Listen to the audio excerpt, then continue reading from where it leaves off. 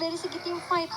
Kalau memang dari combo Tyrant Revenge dan Rage-nya ini connect, lalu ada Valentina yang langsung diamankan untuk IMU ke arah Tyrant Rage atau bahkan ke arah Feather Ice Strike dari seorang Farsha. Dan dengan adanya anti-CC Mortal Coil dari Martis, ini mungkin akan menjadi jawaban team fight ketika adanya Tyrant Rage yang masuk ke arah seorang Alberto. Kalau bisa dilihat dari sisi tim Onyx, kalau mereka tidak concern dengan arah junglernya, dia nggak akan nge-pick jungler terlebih dahulu. Karena apa?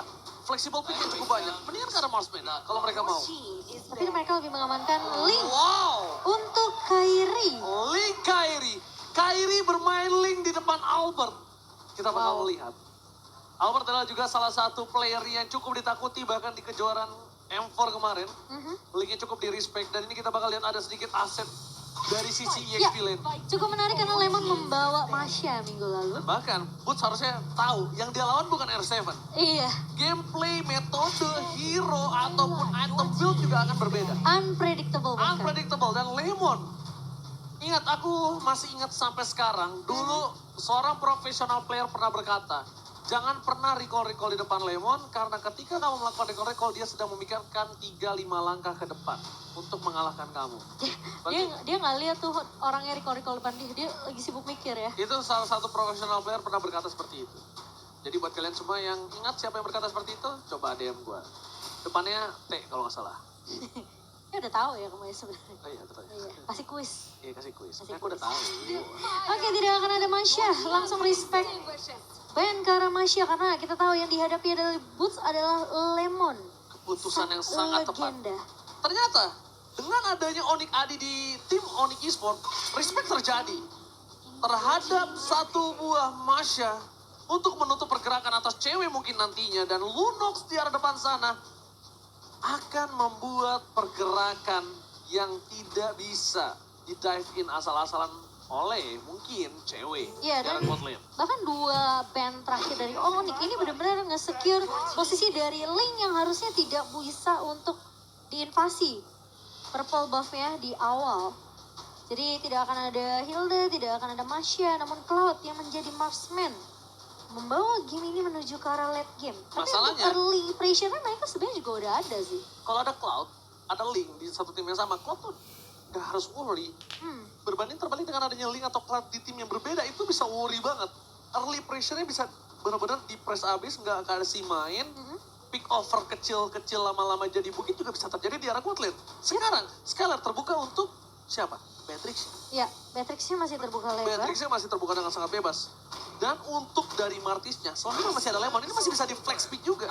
Tapi lapu-lapu yang tidak dibuang oleh Onyx tentunya masih menjadi pilihan untuk Lemon. Membahas sejarah sedikit, gimana Lemon dulu pernah melakukan momen epic. 1 versus 5.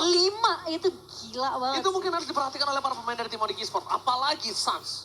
Kenapa aku bilang Sans? Sans akan menjadi target utama untuk pergerakan dari Lemon ke arah belakang. Black line-nya. Front to back akan dipegang oleh Lemon. Dan ini pick terakhir dari tim Onyx. Dari sisi XP lanernya. Ya? Mereka mungkin butuh 1 orang. Krok. Kalau misalnya mereka mau combo combro. Kalau mereka mau clear minion, objective gaming, mereka mungkin dari landing phase tidak terlalu menang, tapi gimana caranya tim fight mereka punya power crowd control untuk tim Onyx itu sendiri. Mereka bawa Terisla. Ini alot sih Terisla ini. Terisla ini nih emang alot, emang pegel mukulin Terisla ini, ditambah lagi Terisla juga memiliki damage yang cukup tinggi. Notabene-nya harusnya lapu-lapu ini di early kalah sama Terisla sih. Dan ini dia draft pick dari kedua belah tim. Audience prediction menuju ke arah tim RRQ dengan 78%. Dan 22% dipegang oleh Sonic. Sobat Onyx, Sonic di mana kalian berada? Langsung kunjungi Instagram dari MPL Indonesia untuk melakukan voting. Karena RRQ Kingdom ternyata mereka mendominasi dari voting yang mereka miliki. Betul, dan kita lihat menyaksikan nih. MPL Arena. Sonic dan juga Kingdom mereka siap untuk mendukung. Dan The Royal Derby dengan roster yang berbeda. Dan ingat, Kali ini Royal Derby yang berbeda dengan adanya Lemon turun bersama dengan Kairi yang mungkin belum bertemu dengan Lemon. Akan jadi seperti apa? Kita bakalan saksikan bersama-sama. Ini dia, The Royal Derby leg yang pertama. MPL Arena, mana tepuk tangannya?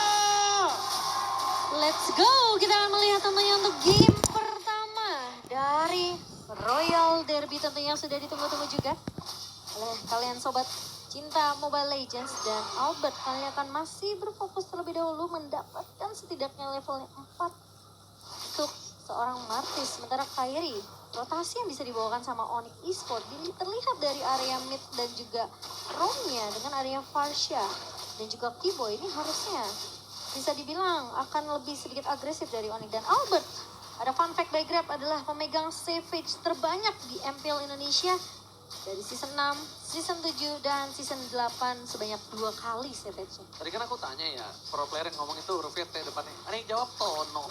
Bukan guys, bukan Tono ya. Saha Tono. Oke, Tono teh saha, tapi lihat di arah bottom lane. Struggle dilakukan oleh seorang Skylar dengan dominasi dari seorang cewek. Di arah bottom lane dengan coba di cover oleh seorang Keyboy. Ingat Keyboy, kufranya itu dari dulu benar-benar menakutkan. Dan aku melihatnya Keyboy ini bisa menjadi orang yang membalikan keadaan kalaupun RRQ sempat mendominasi di early-nya. Oke, dan kita akan melihat dari pergerakannya Skylar yang udah mencoba untuk diharas juga oleh pemain-pemain dari Onyx, namun Finn mencoba Import blood didapatkan dari bottom lane. First blood yang didapatkan bahkan para pemain dari tim Onyx Esports kali ini benar-benar membuat pressure yang sangat mahal di arah gold lane Momo-chan. Wow, dan bahkan dengan adanya backup yang harusnya dibawakan oleh Finn juga ke arah bawah, ke arah goldnya. Ini emang nggak mau dia jadi korban sebenarnya karena pergerakan dari Onyx yang tadi aku bilang dengan ngebawa Kufra, ngebawa Farsha. Ini semua sisi yang bisa digunakan oleh Onyx Esports sebenarnya untuk menculik pemain-pemain dari RRQ. Alright, mencoba untuk melakukan sedikit distraction. Keyboy di depan sana, ada Kairi, dapatkan Retribution! Didapatkan oleh seorang Kairi! Wadah Retribution from Kairi, tapi Albert masih mau lebih. Ternyata terbelakang di depan sana, para pemain dari tim Onyx Esports membalikan kembali keadaannya. 3 poin Onyx Esports mendominasi penuh 2 menit pertama dari tim RRQ. Yep, dan bahkan dengan permainan yang harus agak sedikit pasif dari RRQ, melihat juga mereka belum bisa untuk mengantar setup yang dilakukan oleh Onyx dan Sans. Coba untuk menghentikan pergerakan dari Finn yang udah mulai terlihat juga melakukan backup ke area bawah. Babysit yang dilakukan oleh Finn kali ini setidaknya sekarang belum terpick off sampai di menit ketiga. Sama halnya dengan cewek, namun cewek di sini udah dapetin 1 asisnya. Oke. Dan buat teman-teman yang dukung tim favorit kamu, jangan lupa sambil order Grab karena bisa dapetin diskon sampai 26.000. Oke, dan bisa kita lihat di depan sana, Boots mencoba untuk mendominasi dari seorang Lemon. Bahkan dari Lemon, mencoba dibalikan kembali kanan, flicker digunakan begitu saja. Fader Streak membuat Lemon terkejut, terheran-heran adanya 2 player di arah top lane. Dan bahkan dari bottom lane, Keyboy akan menjadi korban pertama dari tim RRQ. Korban bulan-bulanan warga dari tim RRQ, tapi di sisi dari goal difference masih didominasi oleh seorang Onyx Esports. Hero yang sangat-sangat dimastering oleh seorang Clay kali ini di tangan dari seorang Sans. Clay cuma bisa melakukan copy terhadap Sans itu sendiri. Jadi harus agak sedikit bersabar ya memang dari seorang Clay. Karena posisi dengan IME yang sebenarnya ini dia juga agak sedikit kesulitan kalau memang mau nge-copy ke arah seorang Sans. Karena backup dari Keyboy ini bisa datang kapan aja, bisa datang dari area rumput mana aja, Ji. Alright, para pemain dari tim Onyx Esports kali ini mereka lebih bermain dengan agak cukup sedikit pasif. Karena mereka tidak mau terlalu memberikan pressure dan nanti akan terjadi blunder. Yang akhirnya goldnya jadi malah dipegang oleh tim RRQ. Dan sedangkan RRQ juga tidak mau main agresif karena mereka sadar mereka dalam keunggulan gold kali ini cukup impact membuat mereka tim fight yang tidak adil. Ingat, Albert kali ini akankah dia kehilangan lagi dengan 1 buat turtle-nya? Kairi stand by position, Olin telah dapatkan, Lemon menutup Sans. Bahkan para pemain dari tim Onyx Esports mereka akan coba mengejar Retribution kembali di tangan oleh seorang Kairi. Again and again, tim fight yang sangat kuat dimiliki oleh tim Onyx Esports. Membalikan kembali keadaan dan bahkan Kairi double kill. 3 poin Israel. Butas. MVP di tim fight 2 kali secara berturut-turut. Dan bahkan lihat hanya Mirko yang menuju ke arah Onyx Esports dari segi prediction kali ini. Karena kalau kita ngeliat memang sebenarnya komposisi dari RRQ ini, mereka sebenarnya untuk team fight berlima ini cukup kuat dengan adanya satu buah inisiasi yang bisa dibuka sama seorang Finn dengan satu buah Divine Judgment plus dia bawa flicker. Dan bisa di follow up tentunya kalau Clay memang bisa ngedapetin IMU ke arah seorang Suns di sini. Lemon akan lebih ngincar ke arah backline. Tapi yang harus hati-hati ini adalah flicker dari Boots. Alright, flicker telah digunakan begitu saja untuk menghindari satu batal rest dari seorang Keyboy sangat baik. Di sisi sebaliknya akan coba team fight tambahan, tapi bukan itu masalah utamanya. Clear minion dan bahkan gerobak dari seorang God Laner. RRQ belum bisa didapatkan. Keyboy ada satu buah konsel didapatkan spray down dan all in terhadap seorang Skylar. Skylar still survive, mencoba membalikkan kembali ke jatuh. What? Ditarik sama seorang Finn. Unpredicted move dari seorang Finn. Ternyata defense judgment yang masih ada dan dia berhasil mendapatkan satu buah defense judgment terhadap Kairi dan tershutdown. Bahkan Skylar pun tidak ter-take down. Albert mencoba untuk memberikan sedikit distraksi di arah Alpha Lane. Onyx Esports mereka tidak boleh bermain barbar seperti tadi lagi. Mereka sedang berada keuntungan 2.500 gold. Kalau mereka di take down dan shutdown terjadi kembali untuk Suns bahkan seorang mid laner ini bisa berbahaya. Karena tim RRQ bisa membalikan keadaan. Iya, dan itu jadi mahal karena Skylar-nya nggak jadi tumbang, Ji. Dia Skylar-nya menggunakan lagi-lagi. flicker di momen yang tepat. Yes, benar banget.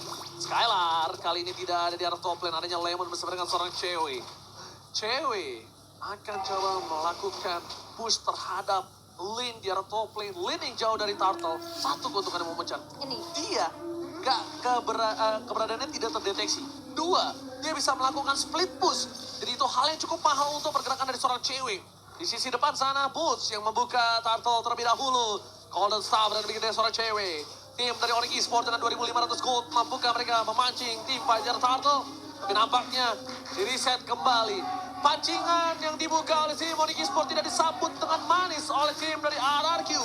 Ya, ini yang perlu berhati-hati seperti yang aku bilang. Flicker Boots ini yang bisa cukup membalikan keadaan untuk pemain-pemain dari Onyx. Dan lihat, 4 pemain sudah mulai masuk. Keyboy datang ke area backline. Alright, bakal di all in menuju ke seorang Finn. Tapi Retribution again. Perfect turtle didapatkan oleh tim dari Onyx Esports. Lemon terperangkap suara diri tarik menemani. Para pemain dari tim RRQ mereka 3 kali secara berturut-turut gagal mendapatkan turtle.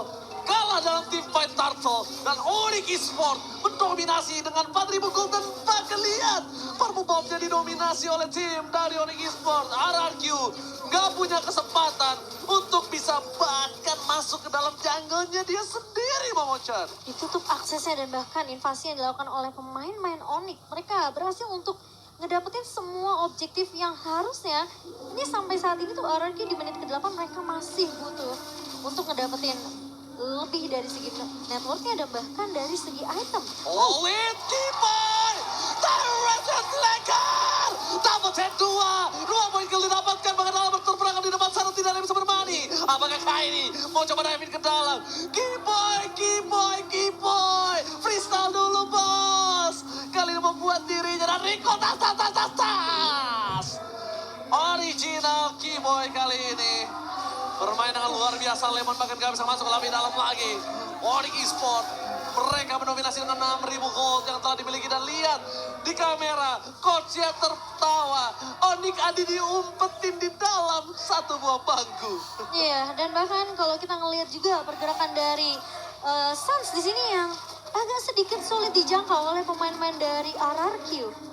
Dan lagi-lagi kalau kita ngomongin masalah flicker, inisiasi dari Onyx ini yang cukup perlu diwaspadai oleh pemain-pemain dari RRQ karena bisa datang dari Boots, bisa datang juga dari seorang Keyboy. Lagi-lagi mereka harus benar-benar memprediksi apa yang akan dilakukan sama Onyx selama beberapa step ke depan. Terlihat mungkin Keyboy yang jarang kelihatan di area mapnya, dan bahkan kalau kita ngelihat setiap rumputan yang dilewati sama RRQ ini mereka harus cek terlebih dahulu. Mereka nggak bisa asal lewat begitu saja.